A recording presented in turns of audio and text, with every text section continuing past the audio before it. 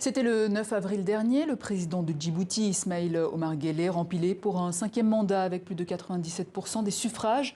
Une élection boycottée par la majeure partie de l'opposition. Un mois après, on donne la parole ce soir au conseiller auprès du président, Alexis Mohamed. Bonsoir. Bonsoir. En 2016, je m'en irai. Cette fois, je peux vous le jurer. Ce sont les mots du président Omar Guelleh. C'était en 2011. 10 ans après et après 22 ans au pouvoir, le président est toujours là. Comment vous l'expliquez, Monsieur Mohamed ? Eh bien, de toute façon, je pense que ce n'est pas une question de mandat ni de nombre d'années. Il faut voir aujourd'hui que les résultats sont là. Les résultats à la fois sur le plan économique, sur le plan social, etc., mais surtout également sur le plan de la stabilité au niveau national. Mais c'est une promesse.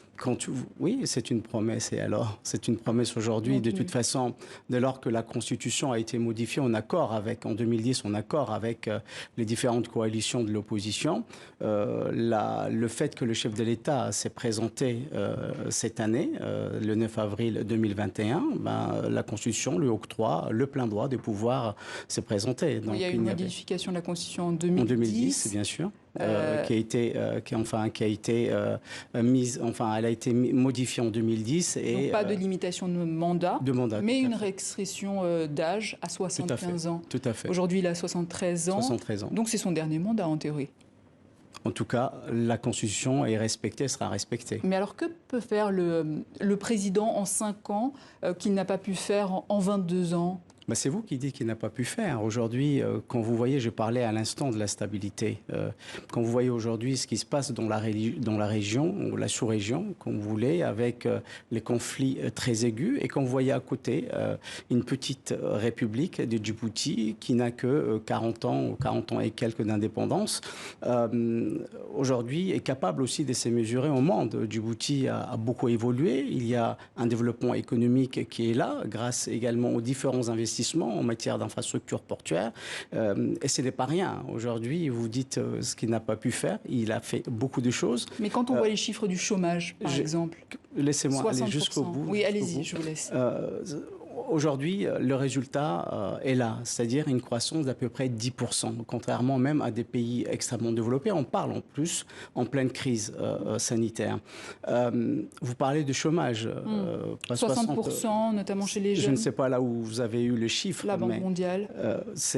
En tout cas, c'est à peu près à 39 à 40%. Le chômage n'est pas une particularité, comme je l'ai toujours dit, à la seule République du Djibouti. C'est un fléau mondial qui est là. Et on parle de 60%. En tout cas, la Banque mondiale parle de 60%. Un quart des Djiboutiens vit dans une extrême pauvreté. Mais la pauvreté, elle existe partout, malheureusement. Aujourd'hui, il faut également considérer tous les retards qui ont eu lieu avant l'accession au pouvoir du chef de l'État. Nous avons perdu beaucoup de temps.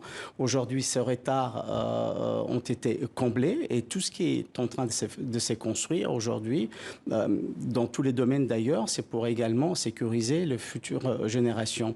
Donc la question de la pauvreté, la question de la précarité, la question également de l'inactivité sociale ou du chômage, comme vous le dites, ne sont pas une particularité à la seule République du Djibouti. Le monde connaît ça, la France connaît ça, les États-Unis, les grandes puissances connaissent également cela. Après, effectivement, il y a des efforts encore à faire. Le chef de l'État redoublera encore d'efforts dans le cadre de ce mandat à venir. Alors, je voulais vous proposer d'écouter quelques réactions de citoyens djiboutiens sur ces élections. Toujours, il soutient la jeunesse, les femmes en premier lieu. Les femmes, maintenant, elles sont autoritaires à Djibouti. C'est ce qui compte pour nous. On va rentrer 5 ans de difficultés, plus qu'avant. 5 ans de difficultés, 5 ans de chômage, 5 ans de fraude, 5 ans qu'on va être par terre.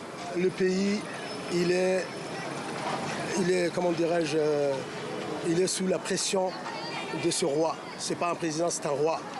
Hein? On ne peut pas dire un président ça. Un président, c'est celui qui fait de belles élections, tu vois. Donc c'est pas une élection ça.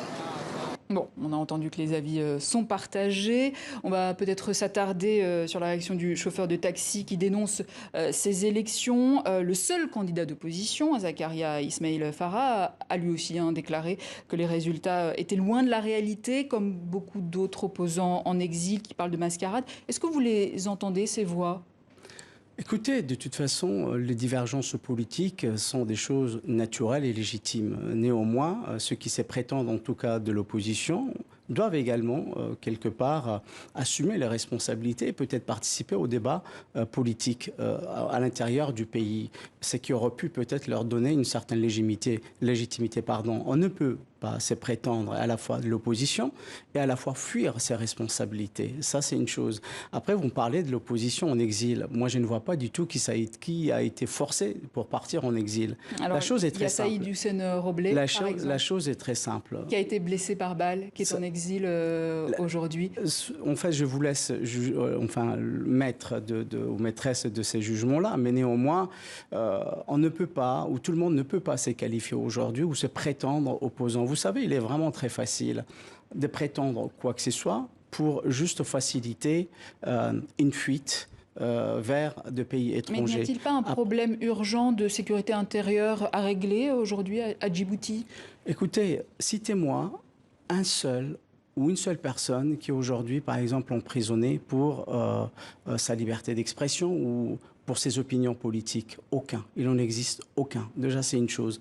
Et deuxièmement, c'est juste pour répondre un peu directement à votre question.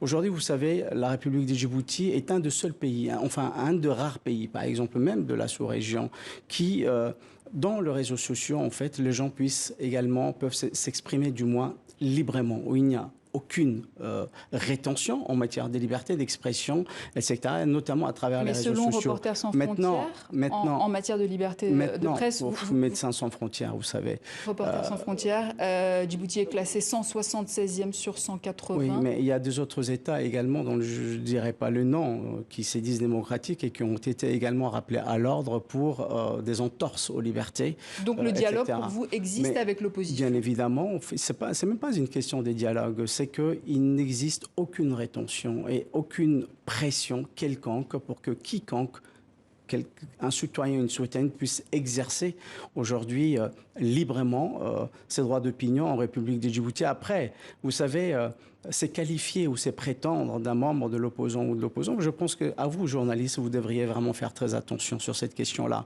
Parce que lorsqu'on parle d'une opposante ou d'un opposant, il faudrait peut-être lui demander, ou leur demander du moins, leurs activités politiques à l'intérieur du pays ou à quel parti ils appartenaient. Parce qu'il est vraiment très facile de se prétendre ainsi juste pour faciliter un exil qui est dû à un choix délibéré pour aller s'installer ailleurs. Ça, c'est une chose. Mais il y a des disparitions également.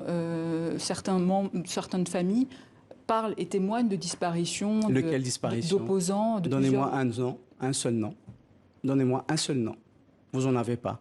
Alors, c'est une des raisons pour laquelle, en fait, il est vraiment primordial aujourd'hui que vous, journalistes, vous devriez faire vraiment très attention à ne pas vous faire piéger dans ce genre de questions. Vous me posez une question dont vous n'en avez aucunement la preuve et vous ne pouvez même pas me citer un seul nom. Roblé, par exemple, vous, comment? Pour vous, ce monsieur, cet opposant, Saïd Hussein Roblé, pour vous, il n'a pas été blessé en plein meeting, par exemple? Écoutez, ça, c'est également, c'est dire à lui.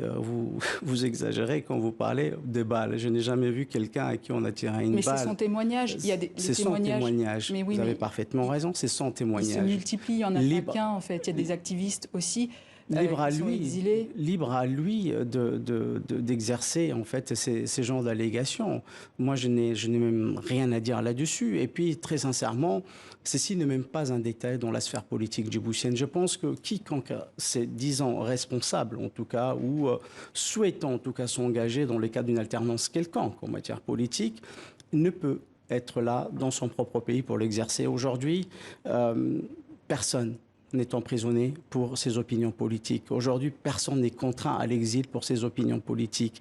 Et quand vous me parlez des disparitions, très sincèrement, je pense que ce sont des propos extrêmement graves que vous soutenez là, sans que vous puissiez vous-même me citer un seul nom d'une personne disparue. Mais il y a des témoignages... Donnez-moi un seul nom d'une personne qui est disparue. Vous savez, nous ne sommes pas en Corée du Nord pour qu'il y ait autant de disparitions ou ne serait-ce qu'une seule disparition. Là, c'est l'extrapolation même journalistique pour ce qui concerne la situation politique à Djibouti. Et c'est extrêmement navrant. On va revenir sur l'économie. Je rappelle que la principale richesse de Djibouti est sa position géographique stratégique, un vrai poste de contrôle avec cet accès à la mer Rouge et au canal de Suez, comme on le voit sur cette carte. Presque la moitié du pétrole mondial passe par là. Multiplication également des infrastructures militaires dans le pays. Comment expliquer que ces retombées financières, ces rentes, ne profitent pas à la population finalement? Rapidement, il nous reste 30 secondes. Alors, juste cette question-là, moi, il me paraît un peu réducteur de résumer la République de Djibouti la seule présence, en tout cas militaire. Il faut savoir qu'aujourd'hui, la présence militaire, ou en tout cas les forces militaires, vous parlez des retombées, bien évidemment, il faut savoir que la République de Djibouti contribue à la lutte contre le terrorisme, à la lutte contre la piraterie pour quasiment un franc symbolique. Ne me parlez pas des retombées économiques, ce n'est pas vrai du tout, c'est complètement décalé. Ça, c'est une chose. Et puis, deuxièmement, s'il y a autant de présence, chère madame, c'est pour également vous permettre aujourd'hui, vous, ici en France ou ailleurs en Europe ou aux États-Unis, que les citoyens d'ailleurs puissent se déplacer librement, parce que Djibouti contribue à la sécurité de ces pays, à la sécurité interne de ces pays. D'une chose, pour pouvoir vous déplacer, emmener vos enfants tranquillement à l'école. L'autre chose, c'est que la lutte contre la piraterie vous permet également aujourd'hui de ne pas être en fracture en matière d'approvisionnement, que ce soit en matière de pétrole ou en matière d'agroalimentaire. Donc, n'oubliez pas que la République de Djibouti contribue énormément au confort que vous avez ici. Alexis Mohamed, je rappelle que vous êtes conseiller auprès du président djiboutien Ismaïl Omar Guelleh. Fin de ce journal, à demain pour un nouveau tour de l'actualité africaine.